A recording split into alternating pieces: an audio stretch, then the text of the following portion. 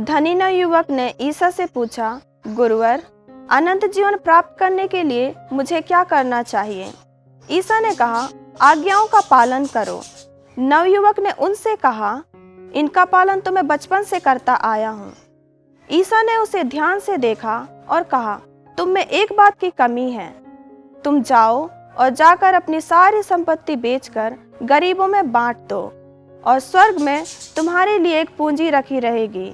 तब आकर मेरा अनुसरण करो। माथे पर राख लगाकर हम 40 साल में प्रवेश करते वक्त माता कलीसिया हमें पुण्यों की पूर्णता का बोध कराती है। सांसारिक मनुष्य अक्सर लालच, बुराई, स्वार्थ, दुख, बदले की भावना, बुरी आदतें, ईर्ष्या आदि का रण क्षेत्र बन जाता है। पवित्रता, सशक्त प्रार्थना, पापों का बोध, प्रायश्चित और अंततः नवीन, शुद्ध, पवित्र बनने की ओर कदम बढ़ाना है। आमतौर पर हम उपवास काल के बारे में सोचते समय मन में यही आता है कि हम पापों का मार्ग छोड़ेंगे, पापों का प्रायश्चित करेंगे और आज्ञाओं का पालन करेंगे। किंतु दुखभोग केवल सही चैतन्य को जगाना ही नहीं, बल्कि पुण्यों में पलकर पूर्णता को पाना तथा अनंत जीवन की ओर अग्रसर होने में निहित है। यदि ईश्वर ने मनुष्य को अपना प्रतिरूप बनाकर सत्कर्म करने की कृपा की है, तो क्या वही ईश्वर हमें हमारे पापों और पापों के सहचयों के क्षेत्रों को उखाड़ने, ढा देने और उनका सर्वनाश करने के लिए शक्ति और आशीष नहीं देगा? प्रिय विश्वासियों, हम भलाई करते करते कभी भी हार ना माने।